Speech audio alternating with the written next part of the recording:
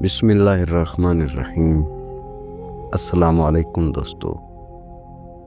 فرمان مصطفیٰ صلی اللہ علیہ وآلہ وسلم ہے، اس نے اخلاق گناہوں کو اس طرح پگھلا دیتا ہے جس طرح دھوپ برف پگھلا دیتی ہے۔ سب سے افضل صدقہ روٹھے ہوئے لوگوں میں صلح کرا دینا ہے۔ بد زبانی ظلم ہے اور ظلم کا ٹھکانہ جہنم ہے۔ مومن کا جی کبھی بھی خیر کی باتیں سننے سے نہیں پڑتا یہاں تک کہ جنت اس کا ٹھکانہ بن جائے۔ رسول اللہ صلی اللہ علیہ وآلہ وسلم نے ارشاد فرمایا، جس نے حسن و حسین سے محبت کی اس نے مجھ سے محبت کی۔ بندے کی جو دعا اللہ کی حمد و ثنا اور نبی صلی اللہ علیہ وآلہ وسلم پر درود و سلام کے ساتھ پہنچتی ہے وہ شرف قبولیت پاتی ہے۔ افضل ایمان یہ ہے کہ تمہیں اس بات کا یقین ہو کہ تم جہاں بھی ہو خدا تمہارے ساتھ ہے۔ برے ساتھی سے تنہائی اچھی ہے۔ جو کام لوگوں کے سامنے کرنے کو ناپسند کرتے ہو وہ تنہائی میں بھی نہ کیا کرو۔ فرمان مصطفیٰ صلی اللہ علیہ وآلہ وسلم ہے، دو آوازوں پر دنیا اور آخرت میں لعنت ہے، خوشی کے وقت باجوں کی آواز اور مصیبت کے وقت چلانے کی آواز۔ فرمان مصطفیٰ صلی اللہ علیہ وآلہ وسلم ہے، روزہ رکھو صحت یاب ہو جاؤ گے۔ رسول اللہ صلی اللہ علیہ وآلہ وسلم کہا کرتے تھے، اے اللہ مجھے بری عادتوں، برے کاموں، بری خواہشوں اور بری بیماریوں سے بچا۔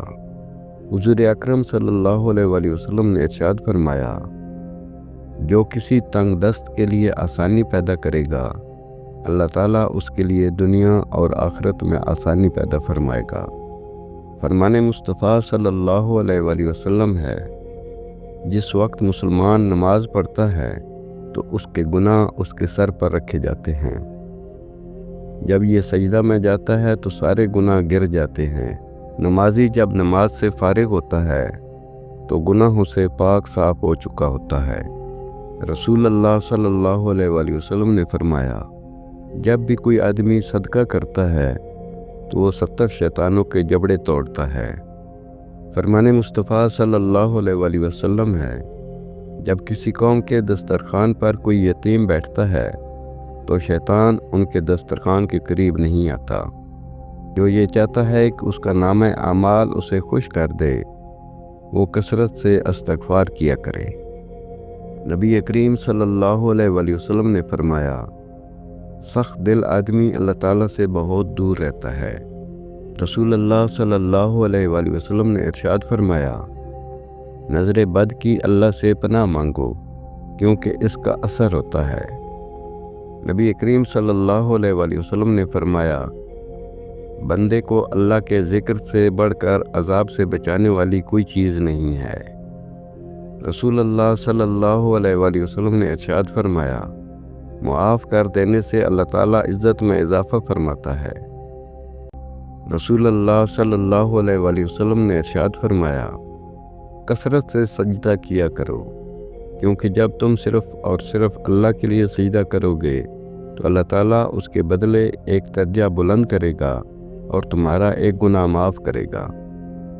بے شک اللہ تعالیٰ بندے کی اس ادا پر خوش ہوتا ہے کہ وہ کھانا کھائے تو اس پر اللہ کی تعریف بیان کرے یا پانی پیے تو اس پر اللہ کی تعریف بیان کرے۔ رسول اللہ صلی اللہ علیہ وآلہ وسلم نے فرمایا، یعنی تم میں سے ہر ایک کی دعا قبول کی جاتی ہے جب تک وہ جلدی نہ مچائے، اور جلدی مچانا یہ ہے کہ کہے کہ میں نے دعا کی مگر وہ قبول نہیں ہوئی۔ رسول اللہ صلی اللہ علیہ وآلہ وسلم نے ارشاد فرمایا، جو مصیبتیں آ چکی ہیں دعا ان میں بھی نافع ہے، اور جو آنے والی ہیں دعا ان سے بھی بچاتی ہے، اس لیے اللہ کے بندو تم پر دعا کا اہتمام ضروری ہے۔